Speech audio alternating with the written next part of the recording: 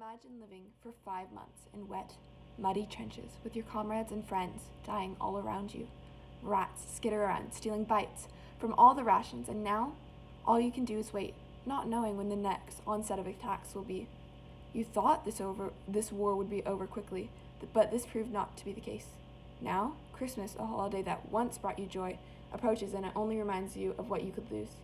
What would you do if you heard faint singing from, not your side, but from across no man's land, from enemy lines?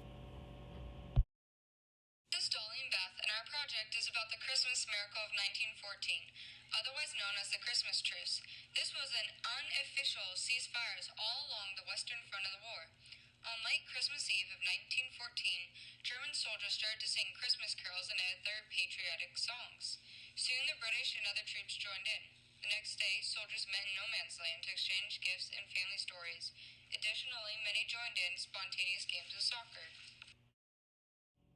How did this event happen despite the high tensions as a result of the war? This miracle happened because of the result of homesickness and the peace and joy it brought through by the spirit of Christmas. While both sides lived in trenches, the Allies had terrible living conditions. Germany was often able to get to the land first, allowing them to choose the better land, and also they built for the long run. However, the British and the other Allies dug really quick and poor trenches because they didn't think that they would be there for much longer.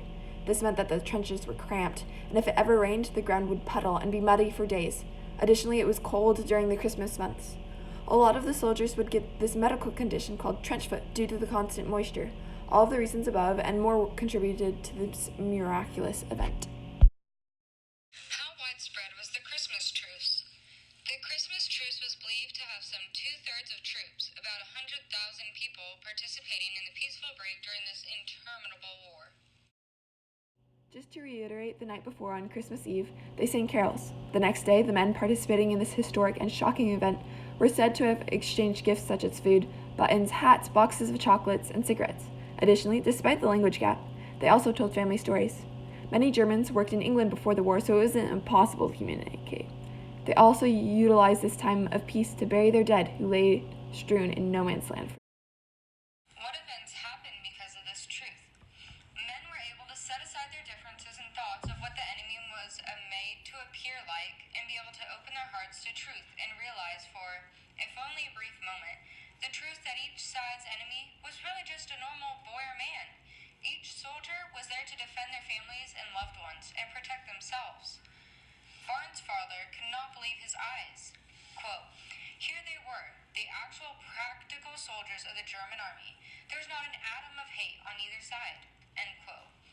One German infantryman described how British soldiers set up a makeshift barbershop, charging Germans a few cigarettes each for a haircut. Other accounts describe vivid scenes of men helping enemy soldiers collect their dead, of which there was plenty. Sadly, the events that resulted because of the miracle were troops from miles around given a much-needed gift. That gift was a moment of peace, sympathy, compassion, and shared love and celebration. Quote, "How marvelously wonderful, yet how strange it was. The English officers felt the same way about it. Thus Christmas, the celebration of love, managed to bring mortal enemies together as friends for a time," end quote, stated German Lieutenant Kurt Z. of the 134th Saxons Infantry, a school teacher who spoke both English and German, and he described a pickup soccer game in his diary. Men that were once enemies had now become friends through the miracle of the Christmas spirit. One rifleman of Britain's 3rd Rifle Brigade recounted a German soldier saying, quote, "Today we have peace. Tomorrow you fight for your country, I fight for mine. Good luck," end quote. What measures were used to try and prevent this truce from happening again?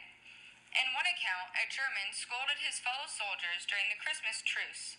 Quote, "Such a thing should not happen in wartime. Have you no German sense of honor left?" End quote. That 25-year-old soldier's name was Adolf Hitler. The High Command was also not pleased with the festivities.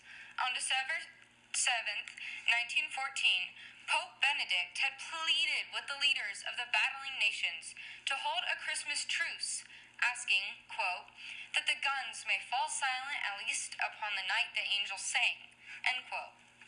The plea was officially ignored. So, when the leaders received news of truces being held, they were horrified. British General Sir Horace Smith Dorrien wrote in a confidential memo that, quote, "This is only illustrative of the apathetic state we are gradually sinking into," end quote. Some other accounts of the Christmas truce tell that soldiers were punished for fraternization, and top command issued orders that it should never happen again. Now you know more about the Christmas miracle of 1914. Many soldiers died in this terrible war, but remember, even in the worst of circumstances, human kindness can overcome the deepest hatred.